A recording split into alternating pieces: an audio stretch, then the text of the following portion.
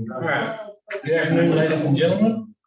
Welcome to this meeting of the Temple City Council.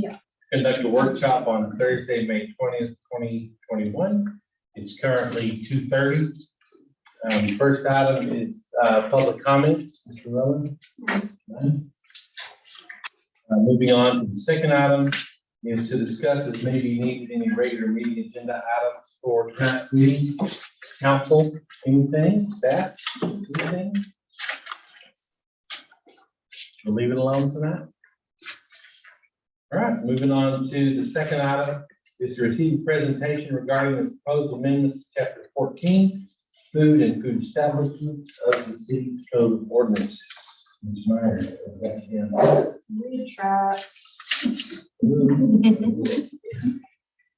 So what I was hoping that we could accomplish today is that I would provide you with an overview of Chapter 14, just as a refresher of what's included in the chapter, and then highlight the changes that staff is proposing based on the work that we've done with our mobile food unit stakeholder group. We've had a couple of meetings that have been very productive, and I think we have some good recommendations to bring to you today. And then ultimately answer any questions that you might have and get any further feedback from you so that we can move forward with bringing these changes for approval. If everyone is comfortable with that. So the three primary areas that we and I guess I'll back up a little bit. You all adopted the updated Chapter 14 in December of last year. And we were, I think I would say that we missed an opportunity to really have a conversation with the stakeholder group for the operators and owners and those related to the food trucks and mobile food units. And so we took the opportunity after the ordinance was adopted to meet, to bring together a group and hear concerns and have a discussion. And then from that initial meeting, we had another workshop where we worked through the really specific concerns. So there were really three main areas that were where we focused our time, where the concerns were and where we focused our time. And so we'll go in detail about these areas, but I just wanted to highlight for you that they are concerns with the requirements that we had around central preparation facilities, or commissaries as they had been called previously. And then also that our ordinance didn't really address, didn't have a good way of addressing options for mobile food units who were operating kind of at their business model was to operate at temporary private events. So think my vision of this is like Kona Ice or a snow cone truck who's been hired to be at a kid's birthday party, or an employee appreciation event, or you're having a graduation party and you bring in Trano's food truck to cater the event. Those kind of, a single event happening on private property, a few times a year. And then the other big concern we heard was about the prohibition of storing and parking mobile food units in residential areas. So also just to provide a little bit of a refresher on the background and the reasons for us talking about Chapter 14 amendment. It is part of our ongoing update to our code of ordinances. So as you all are well aware of by now, Kathy and her team are going through all of our ordinances and making updates. So that's one reason. We also needed to, the Chapter 14 that exists prior to December was very outdated and didn't, wasn't in compliance with state law or our current food establishment policy. So we needed to codify those requirements. We did have fire safety concerns around mobile food unit and water and wastewater concerns around mobile food units. So those are the reasons we were really taking a look at this chapter. The purpose of the chapter is the protection of public health and safety. And I want to just highlight that public health and safety of citizens and visitors of Temple by establishing the minimum standards of sanitation and safety for food establishments. So chapter 14 actually covers all food establishments. Today, we're focusing, the updates that we're recommending are only related to mobile food units today. But chapter 14 does cover both fixed food establishments like a restaurant as well as mobile food units. The state has regulations in place also related to food establishments. Those are found in the Texas Administrative Code, and it's commonly referred to as the Texas Food Establishment Rules and shorthand, the TFER. So a lot of the requirements that are adopted as part of Chapter 14 are adopted to be in compliance with the state law. So generally, Chapter 14 sets out that a city permit is required to operate a food establishment within the city, unless there's some exemption to that provided by local, state, or federal law or rural guideline or regulation. And there are a series of instances and types of organizations that are exempt from permits under our policy, and you can see those listed there on the right-hand side of the screen. A mobile food unit, as defined in the code, is a vehicle-mounted, self or otherwise propelled, so it could be a trailer or a truck that is able, that has a self-contained unit, and it must be designed to be readily movable. They must completely retain their mobility at all times, and it's used to store, prepare, display, serve, or sell food. And so that's essentially the definition of what's covered in a food truck. The Chapter 14 does set out the permit application process for mobile food units. Before applying for a mobile food unit permit from the city, the food unit operator must first obtain a permit from Bell County Public Health District for the food dealer's permit from Bell County Public Health District. And then after they get that, they apply with us, and they have to submit an application that has all of the information that we request in order to evaluate the operation and compliance with the regulations and what's found in Chapter 14. This isn't really related to what is in Chapter 14 specifically, but I did want to highlight that as part of the conversations with our mobile food unit vendors, I certainly became aware that our permit process was very could use a lot of improvement, and so we have come up with something that's going to work really well.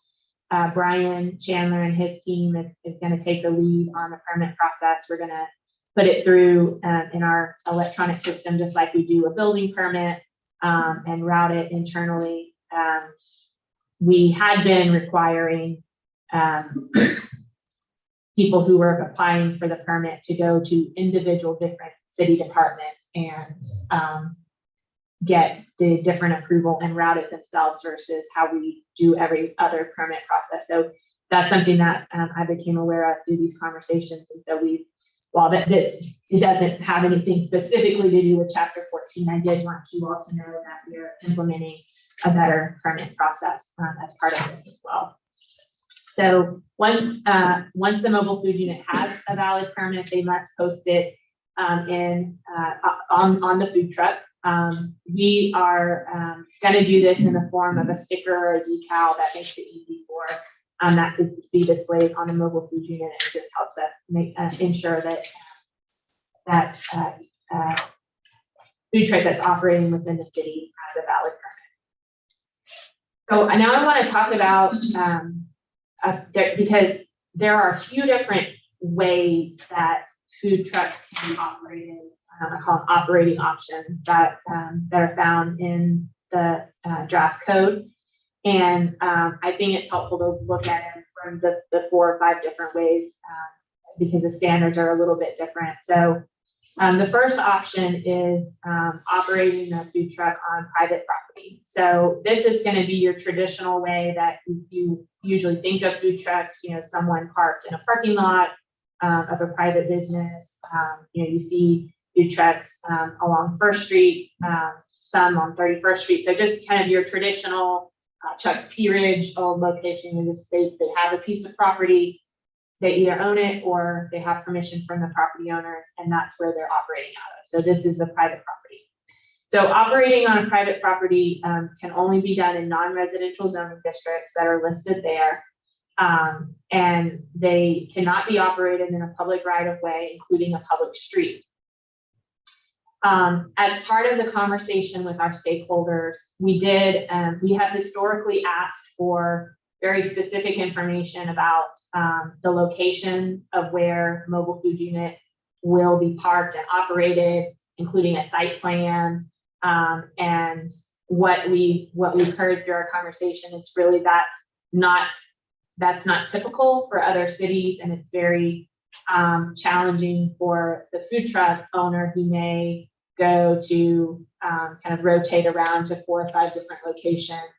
And anytime they wanted to add a different location, say someone called and said, could you, I'd like you to set up for, a week or 2 at this location, they would have to go back through the permitting process to amend their site plan and locations. And what we would like to recommend doing instead is to not require specific information, but just to make it very clear. And I think Amanda has done that in what she's drafted to make it very clear what's required to operate, what locations are legal. And then the food truck owner then would be responsible for complying with that.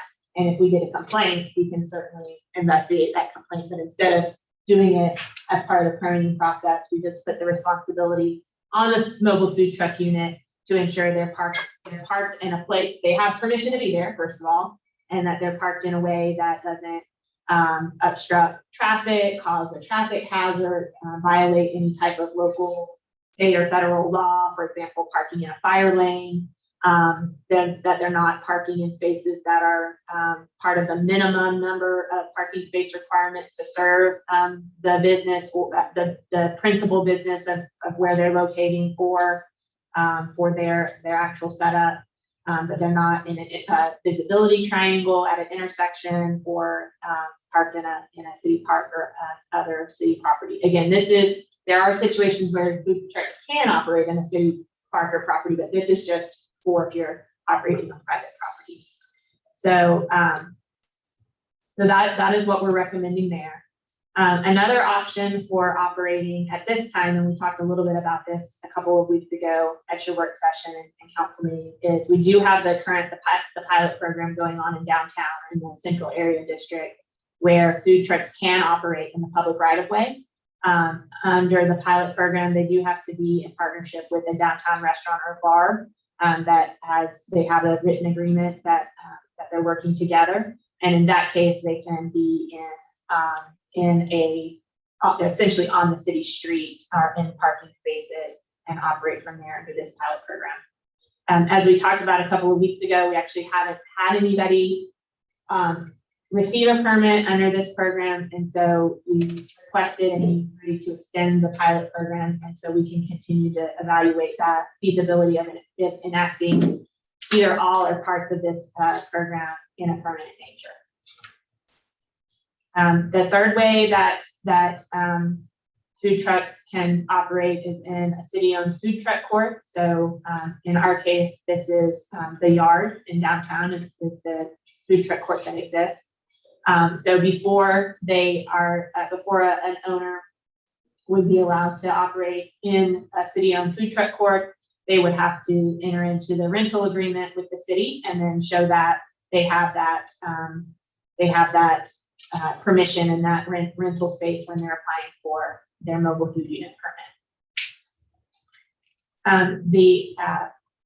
Another way that a food truck owner could operate is, and this is updated and new, really, based on our conversations, and really seeks to address the private party, his birthday party, graduation party scenario.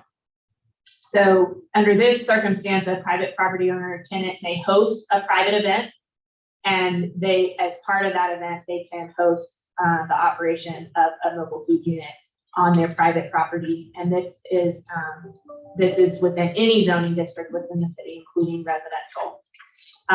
We do have language in the draft ordinance that the city may require policy, or that if required by a city policy, we may require the property owner to get a permit or written city authorization before having a private event that includes food truck operation.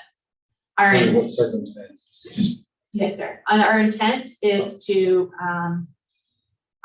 here is to allow kind of what I would say, this is not a legal term, but a by right operation, a without permit operation for a mobile food unit or a private property to bring in a mobile food unit weekly, so up to 52 times a year, and have an active vending time of 3 hours or less. We intend to recommend that as the policy. The reason for requiring a permit and having this process in place is to guard against the possibility that somebody chooses to set up a food truck, say, in their driveway and operate every day of the week and call it a private event. So we workshop this in detail with our stakeholder group. The weekly works for them, because there are times when a homeowners association, for example, hosts a weekly snow cone, event at the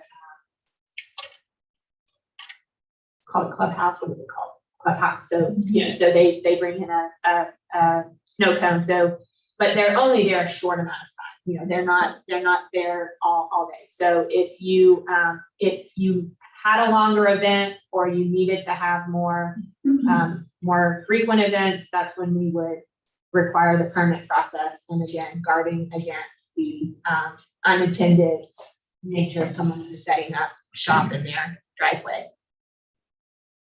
Brenda, Kind of I'm sorry. no, excuse me. The temporary kids' birthday party in the residential area. Can the food truck owners set up in front of the house on the street, or do they have to go into the driveway or the yard?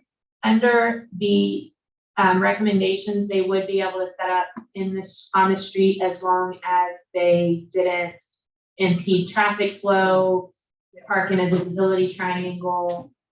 They would actually not, I think, probably not be allowed to park in the grass. They could park in the driveway. Not allowed to park in the private yard grass? Right. Because a food truck would have to be on a hard surface, Oh, asphalt or concrete, Yeah. And so the model for this, in my mind, is really similar to garage sales, and you limit garage sales to a certain number of times per year, primarily to avoid someone, having a flea market or thrift store type operation on a constant basis. So that's our goal with that one. And then there's also an opportunity to operate at a temporary special event. And so think festival, Bloom Temple, something like that, where it's a celebration event or celebration that lasts no more than 14 consecutive days. And so that's also an option. And in this case, a city food truck could operate on city property in a park or festival grounds if it was part of a temporary special event. And then we have also recommended updates to our options to operate in residential areas were roaming, on a roaming basis. So this is your traditional ice cream truck model.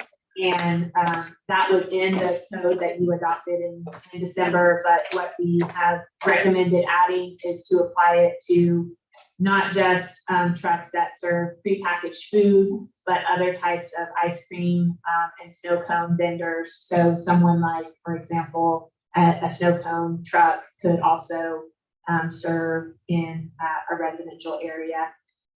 We initially had a recommendation, actually in your current code, ice cream trucks are required to have a rear bumper cover. And then we heard some concern about that, not just a question about what that was and where they would get it. And Amanda did some additional research, and that's really not readily available. So we are recommending not including that going forward.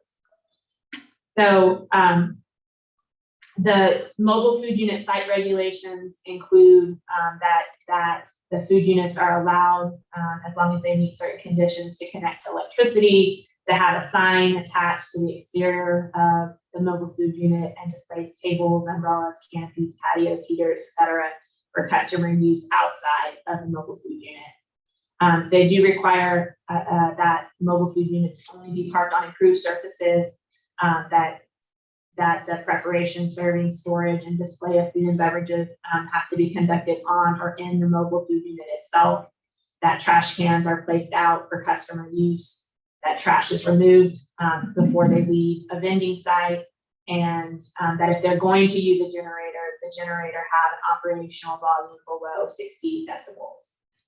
And then also prohibits external signs with the exception of one sandwich board sign unless otherwise authorized.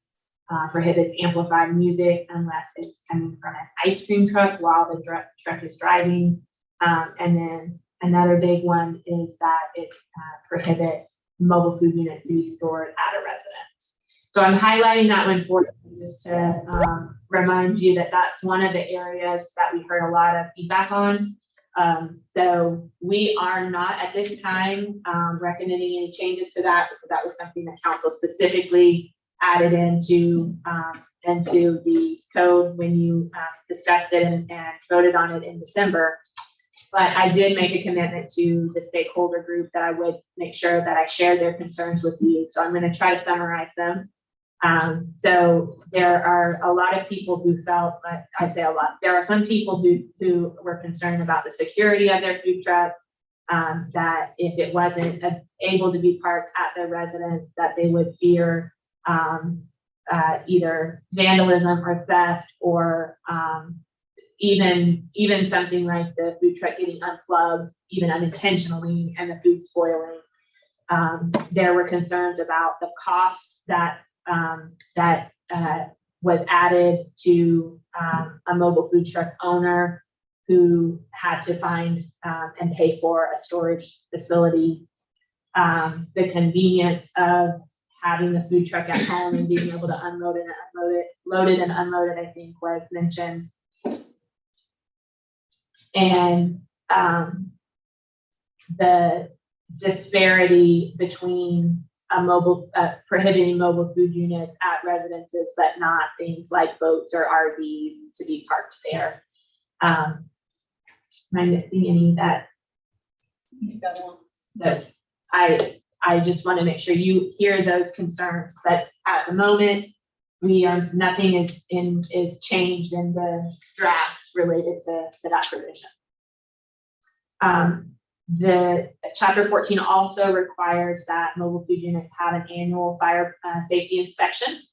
So that's part of the code requirement. And then it also has requirements related to meeting our water and wastewater regulations, which are already found in Chapter 38, but just to be clear and concise and having one place for mobile food unit owners to kind of go and see what are required. We're also incorporating them here.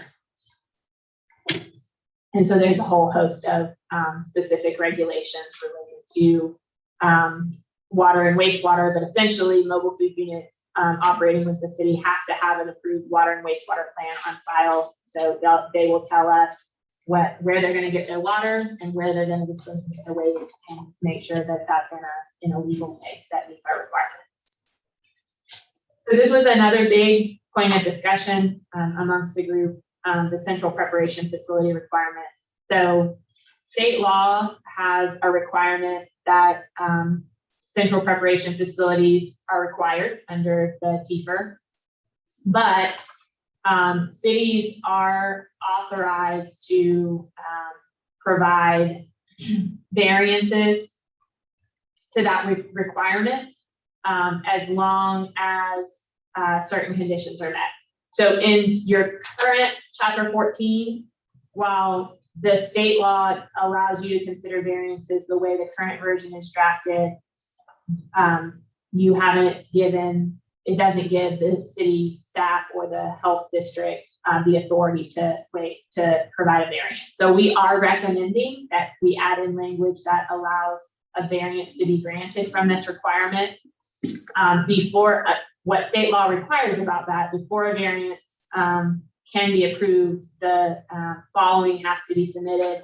There has to be a statement of the proposed variance that includes the section of the rule or rules related to the modification, an analysis of the rationale for how the potential public health hazards and nuisances will be addressed alternatively. So the central preparation facility requirement, again, recall, is based in a health and safety concern. So if you're going to have a variance from that, how are you going to alternatively meet the intent of the law is essentially what is required. So some of the potential information that could be gathered and analyzed as part of a request for variance is, one of the things that's required in a central prep facility is that all food equipment, utensils, and single serve articles are stored on the mobile food unit in a manner to avoid contamination. So if you're not going to have a central preparation facility, just explain how you'll meet that requirement, and you would just go through the 7 or 8 things that are required and mentioned as part of the central preparation facility, and how those would be addressed alternatively. And if they can be addressed alternatively, then we could provide a variance to the central preparation facility requirement if you all adopt the updates that would allow us to do that. On the other hand, there's something called a servicing area.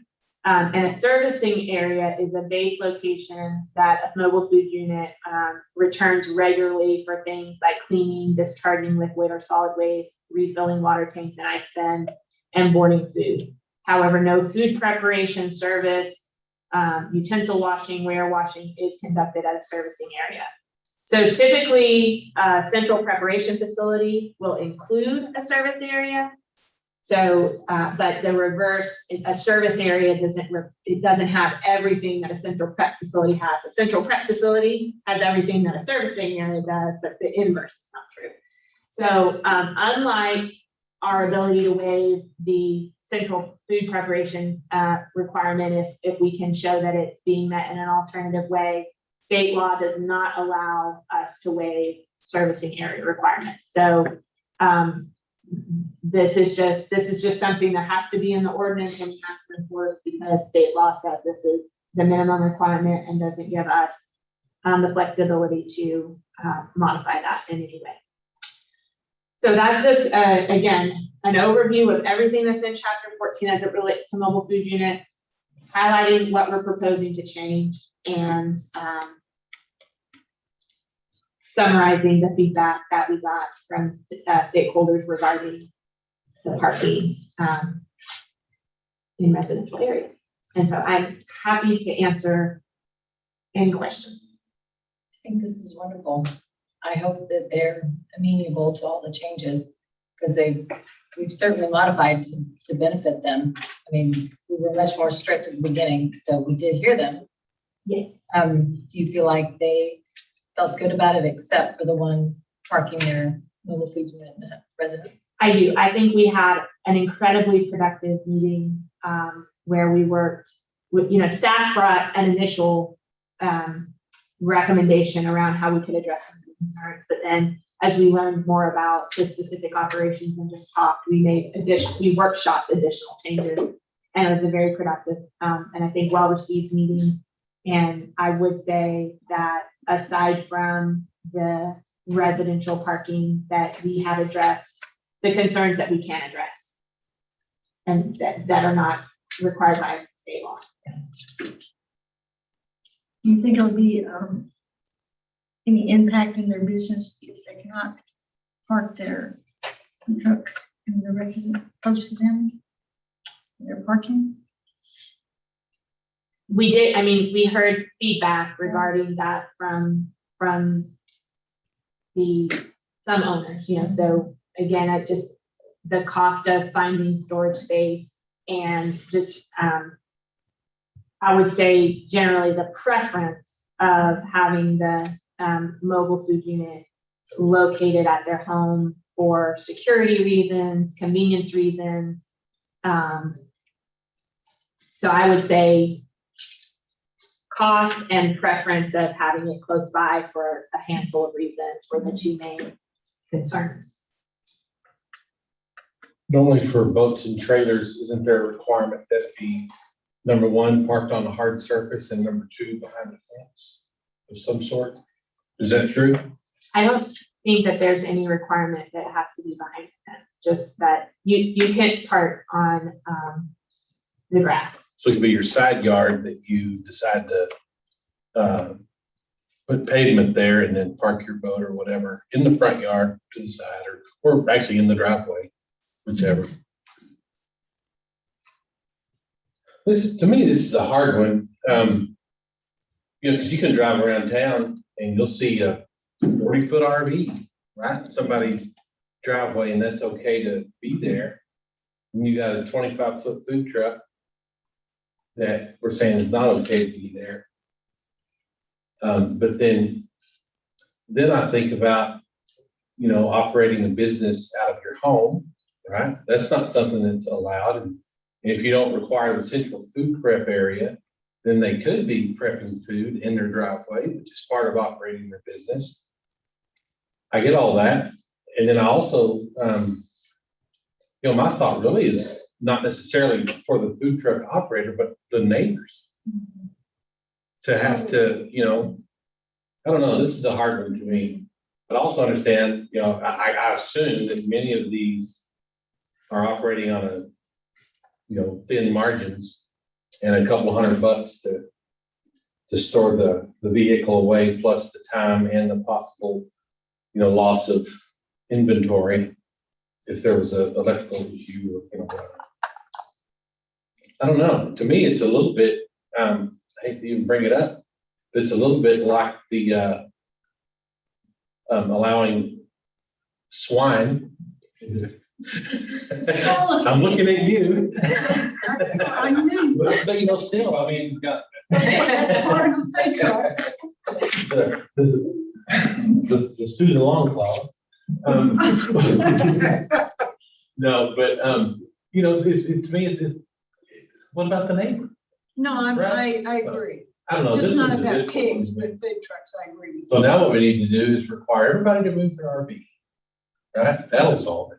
How about No the complaints 40, there. how about the 40-foot mobile barbecue pit that people park in their driveways and move around? Yeah. Not for profit, but that's just where they park it. I don't know. I'm offering no solution, and I know I'm the one of the five of us that brought that up. So to me, it's still an issue, but I don't know, council, what are your thoughts? Or does anybody have a preference? I'm simple, just like Well, you there are are. a lot- I don't want it next door to me, but But you My- probably have I a heard you neighborhood, fit there too, so. you probably have a neighborhood association that says what you can and can't park in your Yeah. driveway. We So- do. yeah. They don't, and where I used to live in the historic Right. district, and it was an issue with parking those on the street. Right. Likewise, So where I live, there's no, and people do park, not food trucks, but every other large thing. So the central prep facility, we do have one. And is it the old Blue Bonnet? cafe is. It is used as central prep, but maybe not formally, but I know people, Some no people food use it. trucks are using it, let's Yeah. put it that way. You know, I look at this, the difference between an RV and a mobile food unit is one's for profit, and one's not. It's a business. It goes back to you can't have a business in your house. But the other thing, the way, what I understood when this all came about, is they didn't want the food prep facility. They're requiring the use of. Requiring the use of it. And the concern was, and I think it's a state concern as well, if I recall, people using their home for that prep situation, and there's not the control there that you have in a central facility. So to a degree, it's a safety issue in the preparation of food. If my unit is not sitting in my driveway, where I can go back and forth and do things and mix foods and take them back and forth, then I have to do it a different way. And I thought that was really as much the driving force as anything. Just It's a safety issue. Yeah, the state thing is refrigeration, water, contaminated water, you know, safety, food health. Based on conversations with the food truck operators, is it your opinion that the biggest issue was the cost or the inconvenience, or really is both? You mean to put it out of their driveways? Yeah, you know, to be able to go somewhere and Park it have to elsewhere. store it. So every day, instead of firing up the food truck and driving out your driveway, you gotta go somewhere. Right, Hope it stay plugged up overnight, you know, et cetera, before you head out to work. right, understood. At a cost of however much per month, right, to park it at that off-site facility. Get a feel for that? Yeah. Yes, ma'am. I've spoken to the Bell County Public Health District, and they've talked to food truck owners about that requirement. And what they've heard from food truck owners is they're concerned about losing electricity Sure. in their vehicle and losing the food that they've stored in there. And then also they're concerned about vandalism because some of their equipment in their vehicle is pretty expensive. Sure. I think you'd have less of an opportunity to vandalize behind a storage unit fence than you would in a neighborhood. Some property is kind of mess. You know, I go to my office, you know, every day, but I don't necessarily think a food truck operator operates. I think some do, but many of them don't. They operate on the weekend or whatever. So, you know, if the truck got unplugged on Monday night, if somebody tripped over while they were, you know, finishing up the job, and they go up there Friday to get ready, and it's been sitting all week with no electricity, I mean, that would be normal. And, you know, again, I mean, I get the inconvenience, also inconvenient to neighbors. And I'm a small business guy, I get it, but one of the reasons why you live in a neighborhood, right? We don't mix business uses in a neighborhood for a lot of reasons. And now, you know, that we're, then we would be doing that. So, I don't know. It's a hard one for me.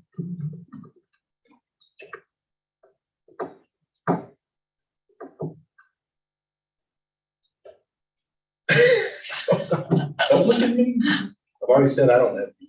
Is there a particular location already set up where they would be able to store their food trucks at this time? They'd have to go find them somewhere here and there. Talked about that last time you said that or something. For retirement, didn't you? Yeah, I think that came up, but I gracefully declined. You think- You were gonna operate the ice cream truck, remember? Actually, my father-in-law and I are going to open up a food truck operation. He makes great antipastas. And he's 96. I figure the business won't last forever. Oh my God, Wendell. Terrible. Pete knows, we know. Do we need an answer?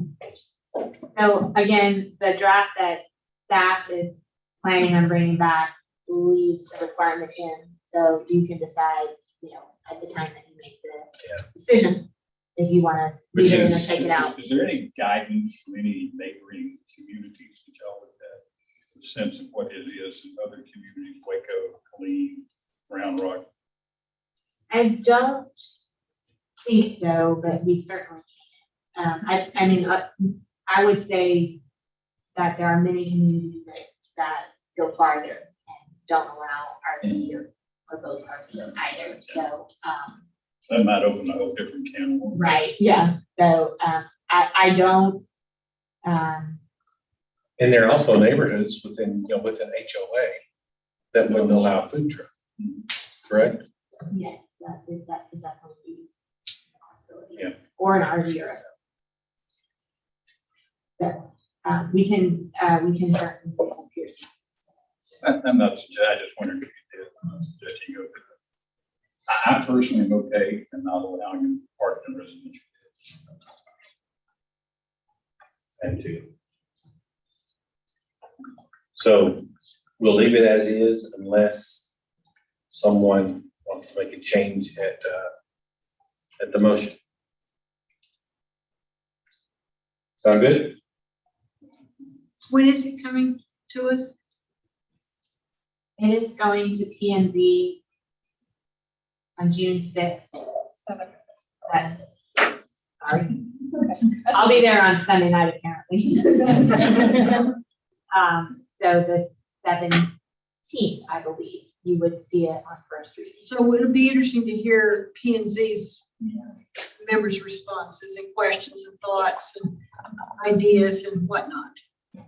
And they did not, in the original version, again, staff hadn't proposed it, so what P and Z saw did not include a prohibition on parking in residential areas, so yes, we can definitely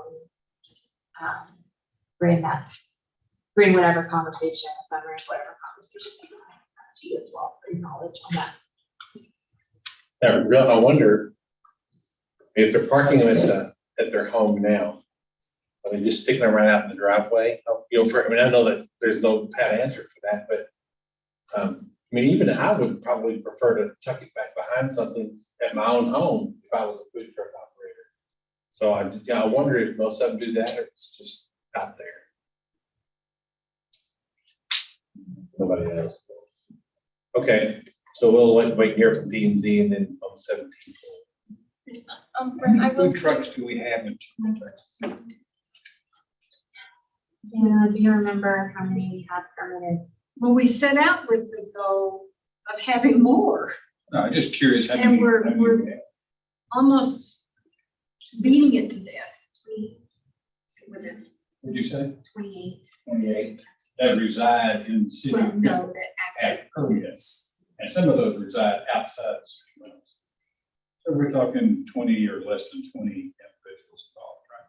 And there could be food truck owners that live in the city that don't have a city permit. For whatever reason, so, Well, here's sort of an example. I'm not sure that this qualifies as food truck, but for instance, Fat Boys Barbecue on 57th. They park their mobile barbecue, whatever, pit, whatever you call it, on the street all the time. Now, is that their business? It's not a residential driveway, but it is a residential area. It's But I don't think- mixed use residential. is it a trailer? Yeah, trailer. and it's not in the street, it's up off the curb. Oh, it's on the street a lot on the weekends. Yeah. Are they serving out of it? No, it's just Just parked there there. when it's not being used. I believe that's a code violation. Never mind. Because I think. Another Susan Long. Last time you get barbecue there. You have to have, you can park a trailer on the public street, but it has to be connected to a vehicle. So if it's connected to a vehicle, I they don't can, know they about can that. park I just there, know as long as it's otherwise a legal place. people turning there on the weekends, going to Hobby Lobby, making that sort of, if you turn around, have to go around the barbecue pit.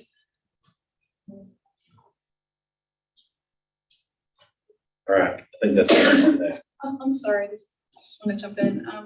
This item first went to P and Z, the no parking in the residential area P and Z did approve it. I actually removed it after I had went to P and Z because of the feedback I received from the Bell County Public Health District. So they had already okayed the prohibition. I don't know if they will change their minds. P and Z happens and they have more information, but they did approve the prohibition initially. Thank you for that clarification. They approved the prohibition. Prohibiting parking in residential driveways. All right, I'm kind of disappointed you didn't have any questions about anything else but parking. You said everybody agreed with it. Everyone else can stop. Okay, I was all ready for Well, come you want to on. go ahead and go over it, or you? them. I'll leave this whole thing. You just want to pass it around so we can read. Item 3 is to receive a presentation from the Candy Lady regarding the Midtown Neighborhood Planning. No pressure. Oh, I've got candy. So that's why we have no questions for now. To get to the real, yeah. You didn't have chance. You'll ask questions forever with your hand up. You're not the Candy Lady. I'm not the kid. Thank you. I love that one.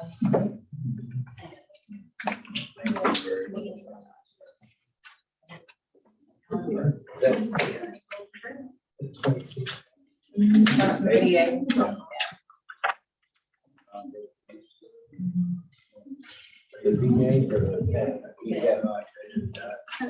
Santa Fe, that's not Santa Fe Hospital. Not the VA. Has passed out the Midtown plan. This is our sixth Santa Fe. neighborhood plan, I believe, that we've done so Nobody's far. listening to you. I know. Let us get our candy, then we'll all settle. All right, enjoy your candy. Don't start my timer then. I reclaim my. Do I get one? No. Now, they're kind of by votes here. I did. I'm the mayor. Flex now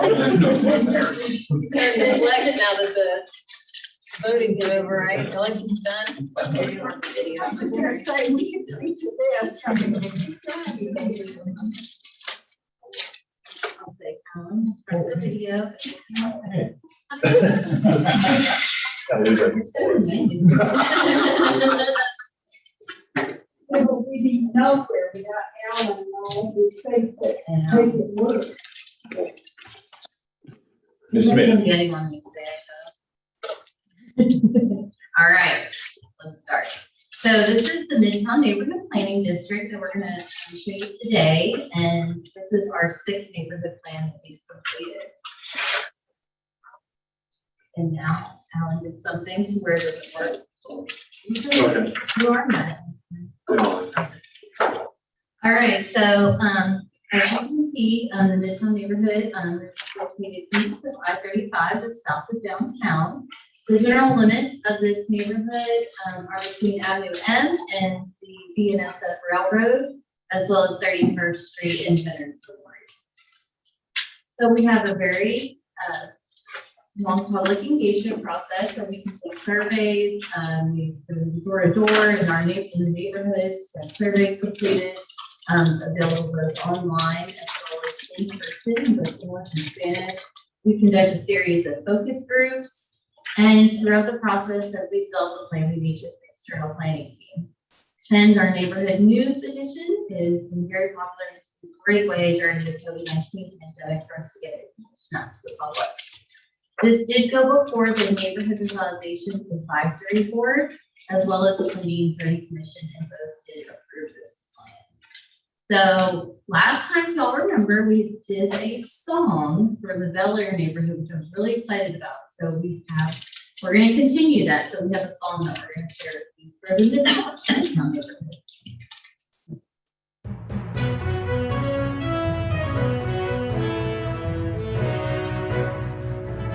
Town Edition. Let's go check in with the most friendly and compassionate neighbor of all, Mr. Rogers.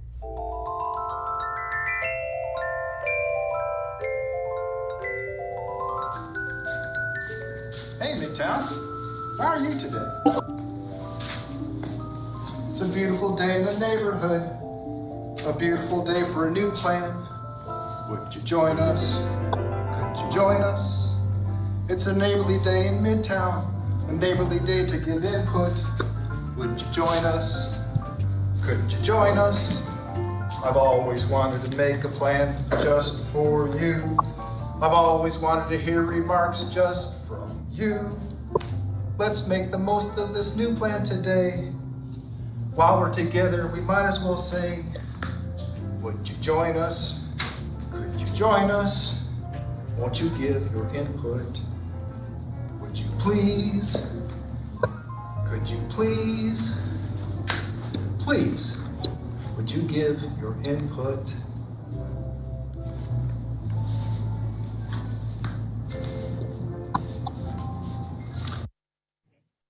We're gonna go to terms in a second. Oh, look, a survey response from a neighbor. Thank you for taking time to fill out our survey. The information is very, very important to us.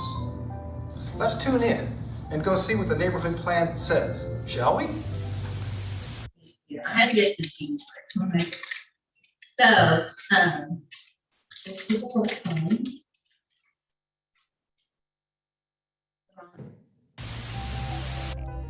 Right, am I clicking too much? Sorry. Okay. So we're going to jump into the plan now. So this is the part where we're going to talk about the streets and all the streets that we have to look at here with our Metropolitan Transportation Plan recommendations. So we'll start out with Avenue H. So as you can see here, Avenue H is the blue that you see that intersects the neighborhood. That is their major arterial that actually runs to the neighborhood and is an entry point within there. So what we're recommending is a 4-lane roadway with a center lane similar to what you see on Avenue U that has the landscaping strip in it, and providing a side path that would allow for both pedestrians as well as bicyclists on one side and then a sidewalk on the other side with street trees.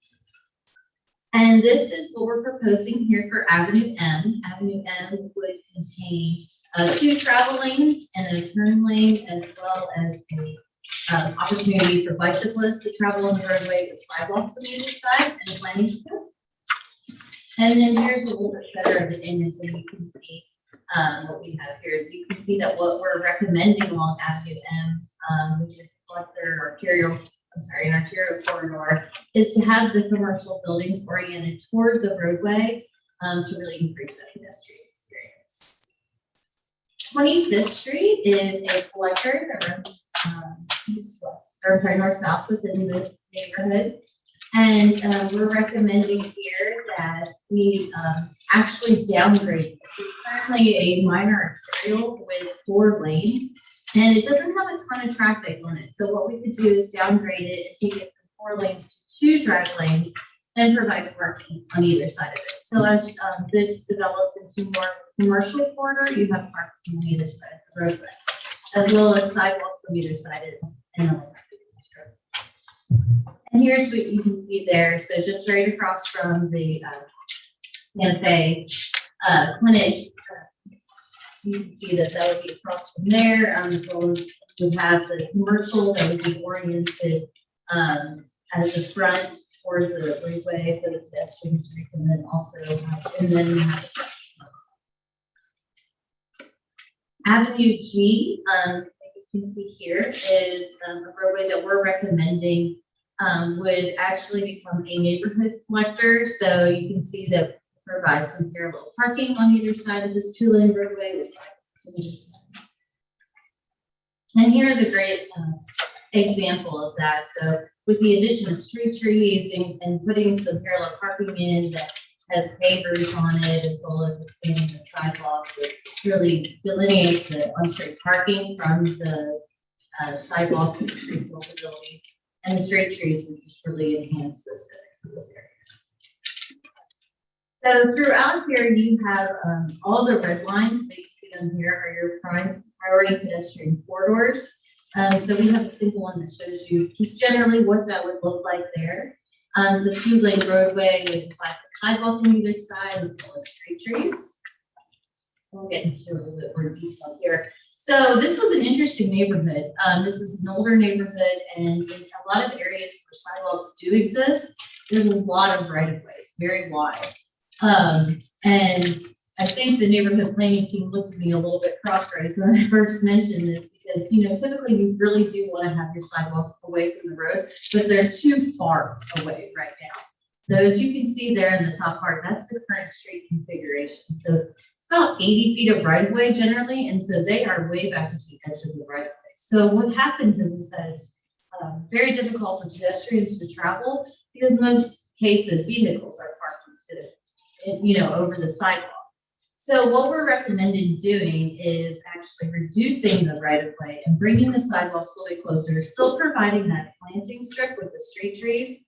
But that way you have more privacy for the residences, and then, you know, less chance of vehicles parking in the sidewalk for the pedestrian connectivity. So here's what that would look like. We would reduce it so you'd still have 8 feet of space for the street trees to still have that buffer between the vehicular traffic and the pedestrian traffic. And then 5-foot sidewalks on either side.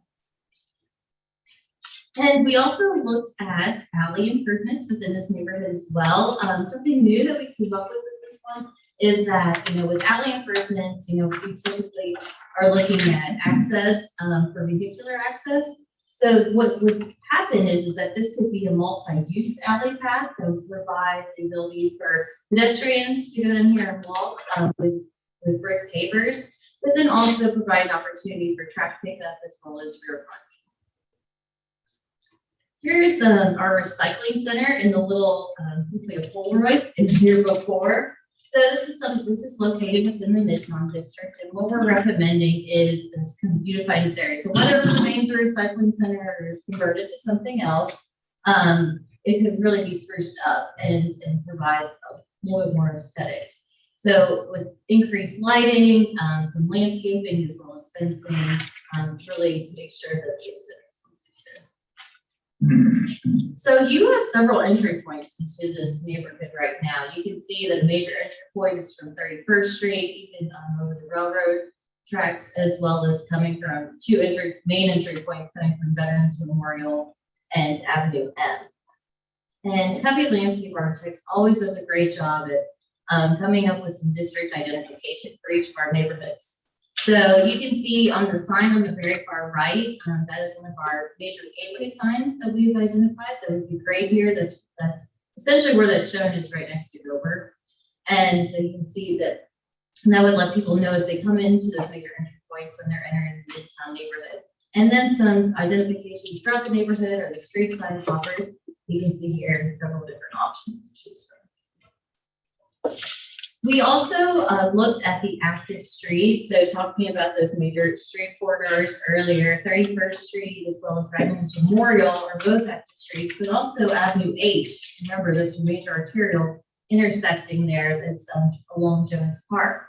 And that is an active street as well with both sides.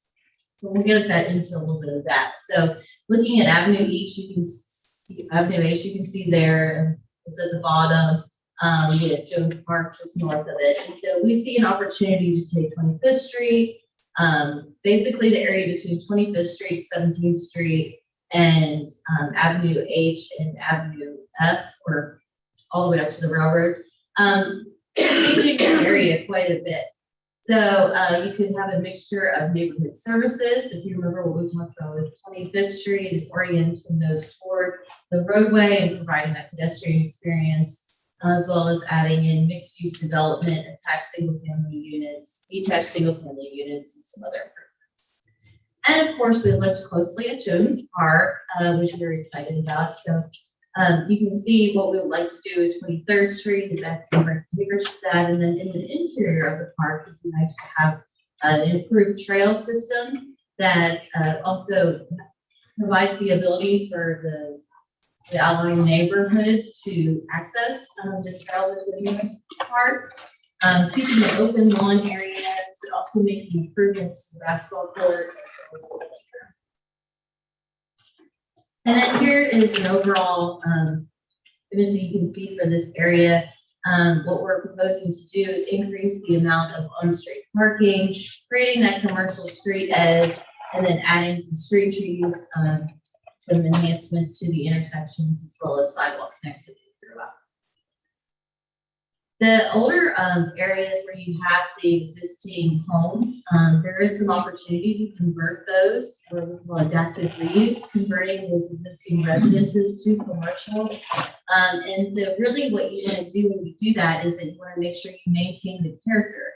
And you can do that many ways. You know, you have pedestrian scale signage, nice streetscape elements, you have some sidewalks. And then if you have any infill, like you can see in the second property to the right past the gray one, the one that's shown in brown, that's an example of what you would see as infill development. So you would make sure that any infill development would match the existing character. And then here is actually the intersection directly adjacent to Feed My Sheep. So this, I love when Covey does this, they bring it to life. And so you can see some recommendations that are provided here is narrowing the roadway, so you can provide for some angled parking coming in, enhancing that intersection with brick pavers, as well as enhancing the lighting as well as the streetscape with some landscape elements. So really providing more of a pedestrian experience over here and with some facade improvements as well. And then here off of Mount, you can see another example similar to the recycling center, where we're recommending some screening along with fencing, some aesthetic purposes, sidewalk for pedestrian connectivity, as well as landscaping. As far as neighborhood conservation goes, we looked at those single family elements and duplex elements. So some key single family elements that we identified are where you have detached garages, enhanced single lane driveways, and then, as I talked about before, with the adaptive reuse, making sure that any infill, whether that's commercial or residential, really matches the existing character of the neighborhood. Duplex elements are really important as well. It's, you know, make sure that if we can, you know, use those alleys to access parking, so you don't have very large driveways throughout the entire front yard. And you can really, with duplex development, constructed to where it matches the existing character of single family residences. An example down below there is you have a primary front door and a secondary second door. So it appears like it's a single family residence, but it's actually a duplex. And then we also identified the architectural enhancements that go along with this neighborhood, such as dormers, shutters, porches, maybe that's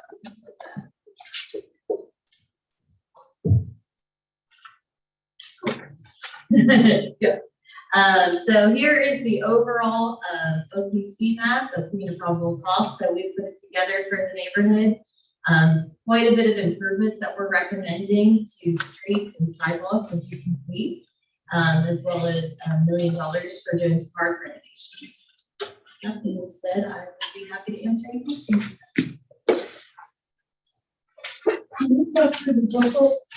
Is there a budget attached or the proposed enhancements? Yeah, you have these listed out here. There's a table in your plan toward the end that directly has these just listed specifically. It's 40, oh, I turned 49%. Oh, I'm sorry, you're probably better than me now. You want very fun on 59. 57, it starts on 57. Oh, 57. Sorry, I was thinking you were telling me the total OPCs. It's 49.1. It also has a priority of those each one. And we also have this listed, which Tracy's talking about, is that area that's not just improvements, physical improvements. There's a lot of neighborhood engagement, action items that you'll see in there. And then we prioritize some of low, medium, or high. How was your participation from the neighborhood? It was a little bit difficult. I think that we struggled a little bit during the COVID pandemic. We tried it so hard. We were working with St. Mary's, and we had this really amazing kickoff event planned. Nancy had this idea to do a movie, and the weather just did not cooperate. So we had an opportunity, and Nancy went out and one other staff member, and so who were able to drive up and still get a little goodie bag and everything in the survey. But we would have liked to see more participation, but it was difficult. It was a pandemic. What about from the businesses on Avenue M? Was there participation? I think that it was about the same for businesses as well. We did have a lot of social services, though, I have to say, were pretty participatory. We had quite a bit of feedback from social service organizations. A long time ago, there used to be a lot of businesses on that. And I don't know if you, I missed it. Did you have any business opportunities on M? I think we showed the Avenue G there, so great addition there. So there's Avenue G right to the center, and so that's just north of Jones Park. And you can see that we're recommending neighborhood services. The mixed-use development is a mixture of commercial and residential. And you can see that what we are proposing to do within the block between 25th and 17th is to have that oriented, those business type uses oriented toward the roadway with parking behind. So we hope to see a lot more of those businesses come alive over there. Also, that area has a lot of older homes. Yes. And so I'm just hoping that eventually, as we develop our rental, our housing improvement program, that we can, because it's an older established neighborhood. A lot of people still live there. But we also have a lot of rentals. So, And you may even see, some opportunities for adaptive reuse for some of those that are along those major areas that people do that and change them into. But as far as the interior goes, we will see a little. I think, sometimes it takes, as you see renovations occurring, maybe that will occur as well, and some more home ownership will be established. Aaron, what you said about adaptive reuse this picture for Yes. from residential to business Yes. with the pedestrian friendly signs and keeping the character. That's very, very good. Very good. I think so too. I really hope that we can encourage that and keep it going. You see it in a lot of areas, and it would really stand out if a big stucco home was there. Does the plan recommend, the center landscaping on H, like from, of course, it's got it east of 31st, but from 31st, going east, to First Street. 31st, basically going, I'm sorry, I said west. 25th, like right there by Santa Fe, then going back east toward downtown.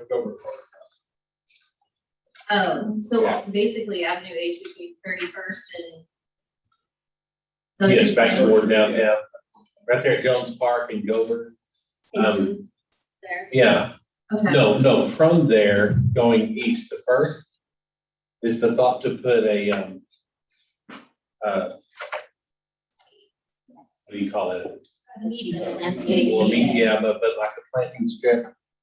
So we actually had two options here for that, depending upon, the type of development. So you can see this is, with more of a reduction of right of way. So if you have a less right of way, you have this section AB. So you may not have the opportunity to have a lane strip unless you require more right of way. But the option AA at the top there, if you do have the 80 feet, you're able to fit that considered lane strip in there. So we would have to evaluate that as we survey it with the. I mean, you got that as a major arterial. right? Yes, it is major Yeah, I arterial, mean, which is essentially a 4-lane roadway, right? Right. I think most, I office on that road Mhm. and, it's busy. It I is. mean, I think busy. it would be difficult to lose a lane Mhm. without. So maybe without this is the preferred option here down here to have the, I think it'd be beautiful. I love, Capacity. I love the way H looks between 31st and the interstate, right? right, But it Yes. necks down in there after you cross 31st. Or it seems like it does. 31st going east toward downtown. And you were saying 25th. So, and we wouldn't actually lose a lane. Right here, we have 4 lanes, just no center planning strip, and then up here, we still have the 4 lanes. we're not recommending the reduction. I think it was 25th we recommended the reduction. That's, so Right. losing 2 lanes on 25th. Correct. Yeah, For parallel because there's parking. not a lot of, for parallel. It's parking. not that much traffic. Yeah, there's not much, but age definitely, I mean, that's a major deterrent. We've got to keep that To capacity. Travis and all that, that's not an issue. Travis, Travis, Ralph Wilson and Travis. Yeah. HEB. Yeah, from HEB to Travis. Mhm. It's very, I watched, yeah, it seems like it's gonna be up until, Up until, I mean, not right, is it until? Yeah. So, but all that would lose 2 lanes. no, it would only go from, basically the area that we're recommending is between M and just past the rail. We'll have to evaluate that when we get to what's that? T-Med would. T-Meds, which is next. So we'll be looking at that. Did you talk about anything on that museum? Any improvements? Yes, we sure did. So Avenue M here, so what we're recommending, is 3 travel lanes, with basically what you can have here. This could change too. You could have it as a travel lane, or you could have it as a bicycle lane. It's quite a large bicycle lane. It allows for two-way bicycle traffic. And then sidewalks on either side as well as a lane. Avenue M was actually, I was really excited about this one. Our planning director, Brian Chandler, mentioned. So we hadn't really paid very close attention to it initially, and he mentioned it as a very prominent commercial corridor that we need to pay attention to. So we focused on that one quite a bit. That was a good input by him. It's interesting that our previous discussion about food trucks and the blue line being used to a degree for commercial, for pre-prep or whatever the term is, falls into this district. So if anything were to develop there, it would be interesting to see how to fit all that in with Santa Fe and Right. 7-Eleven and, right there. And this is not a gotcha question. You probably don't have this information, but I'm really surprised at how young this planning district is. The I know. average age is 29. Yes, That isn't it surprises amazing? me. We were very surprised by that as Yeah. well. And These are older 70% rental. 70 Is what? that, I would like to know rental, Oh, rental, right. 30% owner, Yeah. 70% rental. I'd like to know, when you get a chance, how that ranks with the other planning districts you've done. Oh, I think it'd be interesting information. I'm just shocked with that young population. And it may be because there is so much rental availability, that's why you have that young population as well. That's what we see quite a bit. We're noticing that in downtown right now. It'd be good to Yeah, work, the see if there very is a correlation. Right, but we did see, like, if you remember Bel Air, you have an older, population over there, but a lot of ownership. So it's interesting how that correlates, but yeah, that's actually something we could do a little comparison with each of the districts. I think the That's band what we're- That's I love help you decide. That to me will give you some direction of how these are gonna develop. That's right, very true. I'd like to know, in a way, the 70% rental, what percentage of the 70% is owner rental or local owner rental, and what percent is absentee landlord? My guess is that it's a negative guess, that a huge percentage of that 70% is absentee landlords. Are you thinking, when you say absentee landlords, Not, do you, not on the property. it's more like people that live outside of Temple or maybe Well, outside the state? Is that what well, you're no. thinking? That and just away from the general property. Okay, Maybe they live next door, so they have more concern about it. If they live 15 blocks away or 10 miles away, they have very little concern about it. It just, or potentially. I mean, it's a negative question on my part, I understand that, but it can be indicative of potential problems. and I didn't show you, because we had so many cool projects, so I didn't show you, let me see if I have it in there.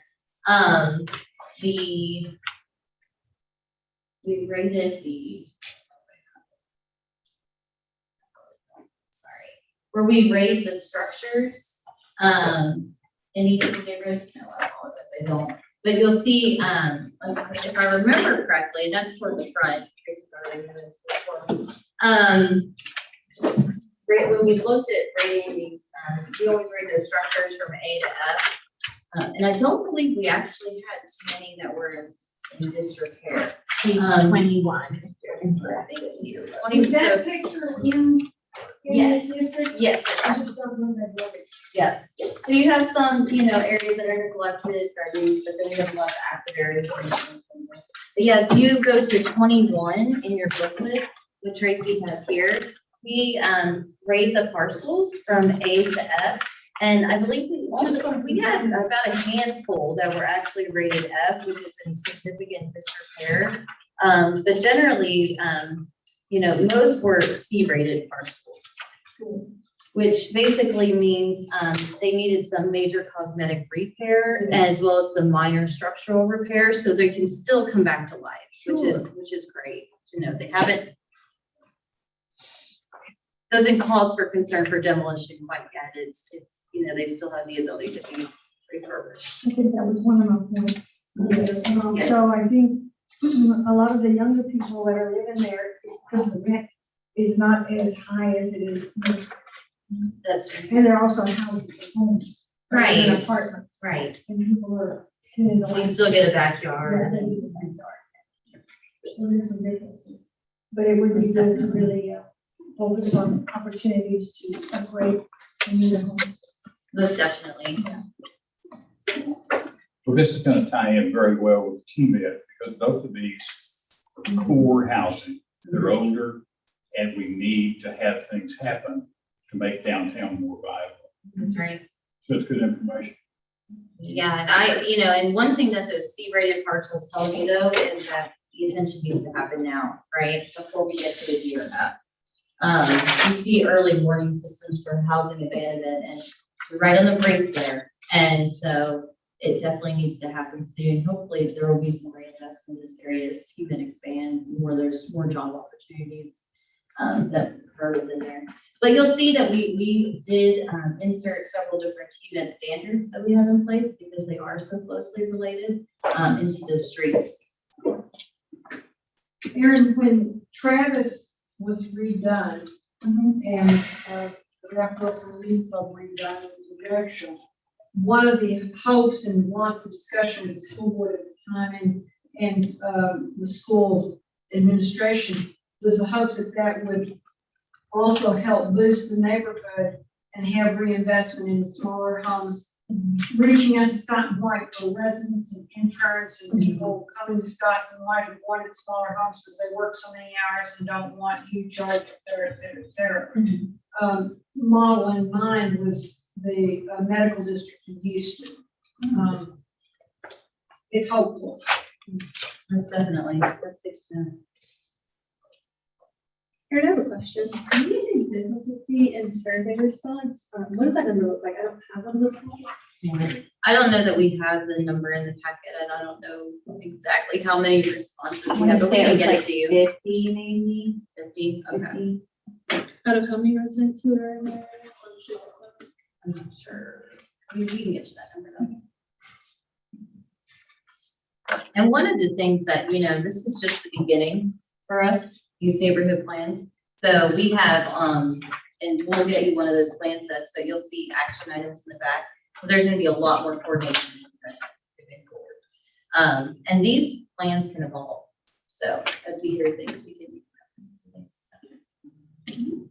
Anybody know in what year financing will become available? Earmarked dollars will become available. We do have, as you'll recall, placeholders in our financial plan for neighborhood planning projects here. So they're throughout the course of the plan. We are going to need a lot more though, to, truly implement the full scope or even a good portion of the scope. And if I remember correctly, Ferguson Park alone, our first plan was, just under 40 million, would would take a bond package real quick, you know, so, so we are actively, when I say we, I really mean Aaron, sorry. It's okay. Aaron is actively working on a plan to help, strategize how we can be, see some additional funding come to fruition for our neighborhood plan. So we can talk about that more as we get a little bit further along in our recommendation. Well, in one of those slides that you showed with the overhead and the sort of the planned, yeah, right there. That looks, whenever I saw that, the first thing that came to mind was the Avenue C project. You know, Yes. and it will be interesting. The reason why I asked when there might be some funding, or when that funding's earmarked, it's gonna be interesting to see what the Avenue C and the Avenue D project, what sort of impact they have in those neighborhoods. Because I think that will be a very good indicator of what can happen here as far as, you know, revitalization, possible gentrification, you know, things like that. Just, I think Avenue C and D are gonna be a good marker for us whenever we're working in a neighborhood like this. Does that make sense? Yeah, that makes perfect sense. So, One thing that I know that I've we- seen since we started improvements in Ferguson Park, you've seen a lot, there's been quite a few, small builders that have come and built some homes that really match the character of the neighborhood and have maintained the affordability of it, which is just really awesome to see. So brand new home, you know, smaller than you would see in, you know, some other new subdivisions, but Infill brand stuff. new and, right, yeah. and- Yeah. Mhm. But We've maintaining been the talking about character, that for visual 5 years, Yes. man. maintaining the visual character, Right. which is just so important. If you haven't driven through there, I'll have to send some information, to y'all. And it's just amazing to see how they fit the character and affordability. It's like what you did in Belton. Near the standpipe. Oh, That yes. housing, Yes. same concept, and that was so successful, and so well done. To me, that's what, when people think design standards, they think, oh, just you want 100% masonry. No, you want it to fit with the existing neighborhood. You actually don't want 100% masonry. You want it to fit in, and not stand out like a sore thumb. There's a couple of infills over in the historic district that don't match anything that, and you kind of drive by and you go, what happened there? Where did this come from? Yeah, Yeah. exactly. Yeah. And it just sticks out. You know what's so weird about that is most of the time I'm completely sold. I wanted to fit the character of the existing neighborhood, Mhm. but there are some weird infills in Austin that are fabulous. They are. They stick out like sore thumbs, but they're, They're kind of I mean, fun, I'm probably, a lot of people I know hate them because they don't fit the neighborhoods, but they still are successful. There's ways that you can have modern type of development like you see there, but still, you know, kind of have some of the, Play-Doh buildings yes. and, tin and things, Yeah. just very, very interesting. Hmm. I saw that in Round Rock, but to me, that fit in better than you would see like a, you know, a big stucco 2-story home, you know, amidst a bunch of Yeah. 1-story, you know, craftsmans. Yep. Thinking about this neighborhood started its decline 60 years ago when Scott and White Hospital moved out of there and moved. Oh, really? Scott and White used to be located in this area, the main hospital. And it was a vibrant commercial area, all employment based Scott and White Hospital. And it obviously it's all changed. The park, with that many younger people living in the area, wouldn't that be sticking a flag in the ground that we're gonna spend some money here to make a mark? And one of the things, I don't know, Chief, you need to answer this, but at a point in time, Jones Park was someplace you didn't want to go. And I hope that's been, you know, straightened up and it's better now. But focusing on that park, because you got so many young, so many young children, That's right. that could be a focal point to start that movement of changing the attitude, or changing the direction. Just a thought. No, you're exactly right. In fact, survey responses told us that was the perception of the park. Several respondents said the same thing. And so we feel like Which with was these the percent? improvements, lighting, what was that? A negative Yeah, perception. negative perception, right? So it's like, I mean, you have this amazing park in the middle of this neighborhood, but you know, unless, so that's why we have some key improvements, as you can see, that we have some lighting improvements, streetscape improvements to really spruce that up. And so we're hopeful that that will change the perception and people will really go there and feel safe and enjoy it. We I also really, think- really want to generate private investment Right. in the small homes that are just ideal for starter homes. Right. Most definitely. So those young families maybe stop renting, you know, they can move from renting to. Right, exactly. I think in this neighborhood in particular, because there's a lot of our social services that are currently in this area, the mental health and homelessness strategy will also play an important role in some of the broader needs and strategies to address thinking of the park specifically, but then also just broader. Or area, yeah. I agree with you. I agree, more activity there, like a splash park, you know, in the park would really enhance. You know. That's where you can make a $1 million minimal investment and probably get a bigger bang for your buck to start off. How much did Kevin pay you? We're still working. Is it possible to have cameras in those parks? It's possible.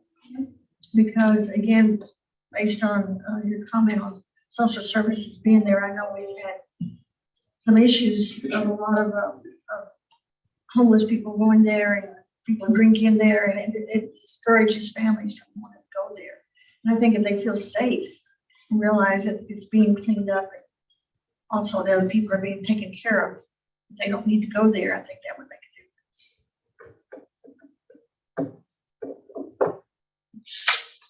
Anything else? Ms. Smith? Was a lot. Without Nancy. Well, and Judy and her team, they were out door to door surveying for That's us right. in that. Yeah, so good team for Alice. Thank you, guys. Always amazing. Really is. They do. Thank y'all. All right, moving on to item 4 is the presentation regarding the second quarter financial results for fiscal year 2021. Yes, thank you, Mayor and Council. I'm pleased to present the second quarter financial statements for 6 months ended March 31, 2021. Looking at revenues for two major funds in the hotel and beverage fund. General fund revenues were 60.34% of budget, and again, the year is 50% complete. Water and sewer fund, we're at 42.49% of budget. Again, we have our highest consumption in the summertime. And then hotel, motel fund, we're only at 38.25%. We are still seeing some struggles with the real rentals at the Mayberry Center, and our hotels are picking back up, but not to pre-COVID levels. And then our drainage fund is at 50.26%. Just wanted to highlight revenue, sales tax, just continues to grow. But this is comparing to the state of Texas, which the state's not on there this one. But comparing to our, yeah, it is. Sorry. Peer cities and the state, city of Naples in the red, year to the, and this goes 7 months. We are showing almost 12% growth compared to last year. So that's what this is showing. Georgia County is almost 24% growth over the last year. Yes. Carter Isley, they're more heavily retail. Sure.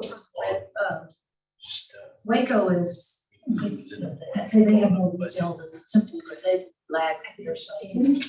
What is that? What would that look like in actual dollars? Restricted funding source. Actual dollars, I can tell you that. Unless you start. Not a percentage, but Elton can have a substantial percentage increase with a smaller amount of money. I do not have the actual dollars, but I'll. That's okay, yeah, get a chance. Claims, Clean, at one time Temple was bigger than Clean, now I think Clean's bigger than Temple. Of course, Waco is more dollars, but you are correct, Belton is smaller dollars. Parker Heights are small, I don't know about that. Yeah, Parker Heights is growing though, but I'll get the numbers for you. Interesting. One of the things is.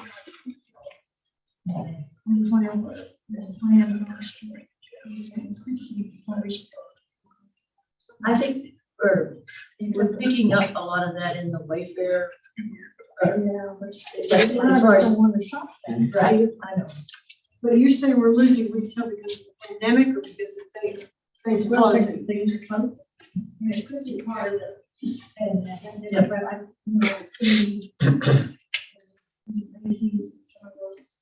But I think we looked last year, some of those were struggling before. Right. And they definitely, the pandemic, finished them off.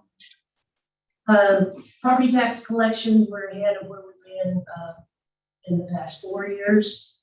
We're at 97.38%. Looking at expenditures, the general fund is at 40.5 billion, 47% of budget. Water sewer at close to 49, that's almost so. Even though their revenues are down, their spending's down too. And the drainage fund is only at 30.44%. For expenditures, they do have some capital projects and some projects that are not yet started. This is forecasting where we think we'll end the year. Revenues, we're forecasting out that it'll be 101% of budget, or $1 million over. Expenditures about close to 3.9 million less than budget, or 95.49%. And you add those two together and you get a favorable variance of 4.9 million. The next chart is what I wanted to take a few minutes. This compares where we're forecasting we're going to end the year this year and where we actually ended the year at the end of FY 2020.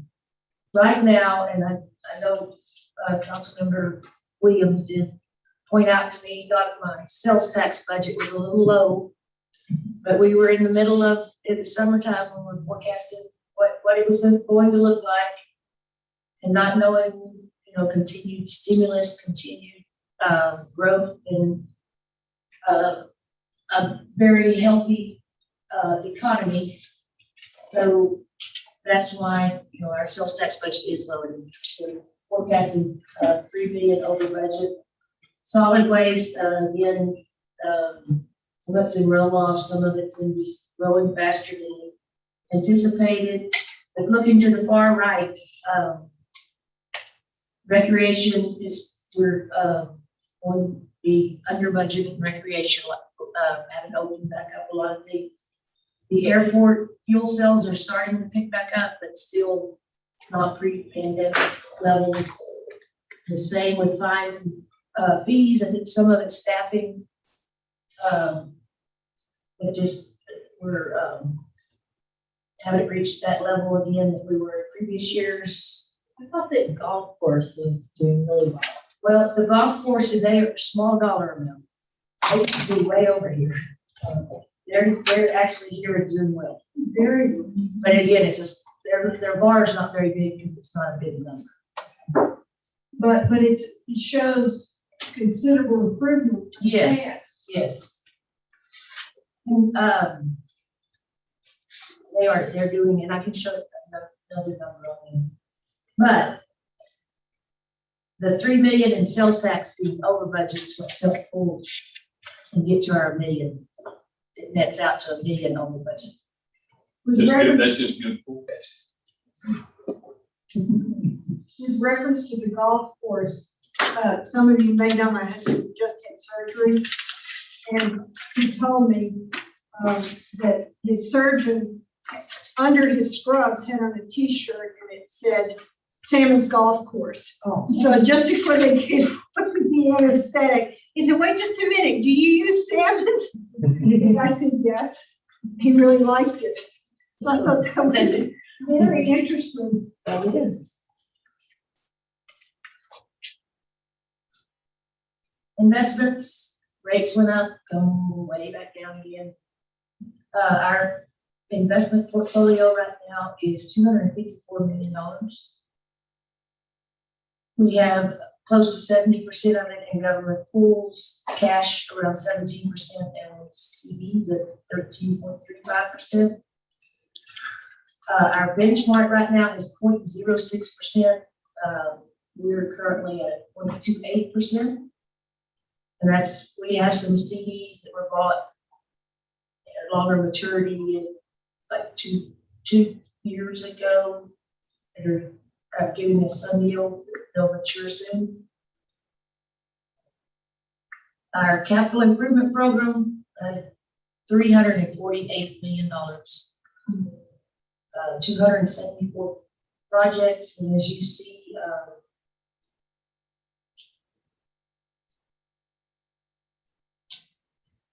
utility revenue bonds, we just issued, the water treatment plant, they have a fixed number of dollars now. Reinvestment is on 32.87%. This shows the status based on dollars. Most of all the projects are either complete or under construction, in progress, engineering, or complete. Only 5% of the dollars are in the planning phase. CIS program, we have allocated over $2 million since the inception of the program. And as of 3/31, there was $360,000 available for the CIS program. And that concludes my presentation on second quarter financials. So the CIS program, for years, it ran at a positive balance, and then we went along for a number of years where people were running around, running through it. No one ever thought there was enough money, and now we're showing 360. Is that just there's just a slowdown in CIS grant apps, Did we obviously? give that money back from the CIS grant that didn't take? Didn't take- Yeah, How we did much was the Dyer's that? building. Which one? Yeah, I think that Dyer's. one was, Was that 150? So yeah, that went back. Which one? 200. Secondhand roads, what is what did you refer to? The Dyer's building. Dyer's. Yeah. It was a big deal and had an elevator. The third floor was all Girl Scouts. So it's cool. So are we anticipating any apps coming in that's gonna use up that 360? yes, Brian, are you on right now? He does have several Hello. applications. There it is. Can you I'm- speak? Yes, ma'am. So we have one application that is in progress right now, and it's actually for 303 Calhoun, the MRB Group's new offices, outdoor seating area, kind of a courtyard area. But there are others that we would anticipate would be coming in. We've had a number of discussions with owners and business owners, property owners about potential CIS grants. So feel pretty good about the level of activity. We just have one that is in right now, but we anticipate more. That 360 is not gonna last long. It'll last longer than it would have before you all amended the policy about a year ago, since it goes a lot further than it did prior to the policy amendment, since we're doing basically an 80-20 match on eligible expenses. So it gets spread out a lot more evenly. Okay, thank you. You're welcome.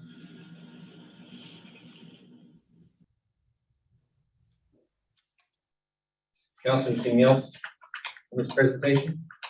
Tracy, anything else? Very good. Thanks, man. I am assuming $350 million for the project is an all-time high. Yes. My bunch. We get used to keep saying this is our all-time high. Yeah, for as long as I have been city manager, every time I give a presentation, I can honestly say, this is the most capital projects we've ever been doing at one time. And it's just, I don't know, and I think I'm gonna be able to say that for a long time. In the business plan, there's $580 million more on its way. Well, So hopefully we'll complete some of them. and come off. these guys are busy. Yeah, I was just gonna say, hats off to our public works. And Christina, she's awesome getting that right away. So she does great work. I might need a clone if we have that much. Yeah, you might need it that help. What did you say? A clone. might need a clone if we have that much. All right, very good. Item 5 is to discuss the virtual participation options for city board and commission subcommittees. Ms. Myers. So I'm sorry to have to repeat this conversation again, but I lacked getting clarification on if the kind of guidelines you gave us at our last meeting around virtual participation extends to subcommittees of board and commissions as well as the actual board and commission. I would say we hold subcommittee to the same requirements as appointments. So I'm gonna make sure that happens. Is that good for everybody? Thank you. Item 6 is to receive a briefing on and give guidance related to the negotiation process for acquiring property, as well as the acquisition of specific properties for existing projects in Westville and pursuant to the Texas Government Code Section 551.072 and 071. The City Council will meet in executive session to discuss the purchase, exchange, lease, or value of real property and to consult with their attorney regarding a matter of attorney-client privilege. Deliberation in an open meeting on this matter would have to be would have a detrimental effect on the city council's position in negotiations. No final action will be taken. So at this time, after all that, I will bring the regular workshop to close. It is currently 4:15 and call us into executive session.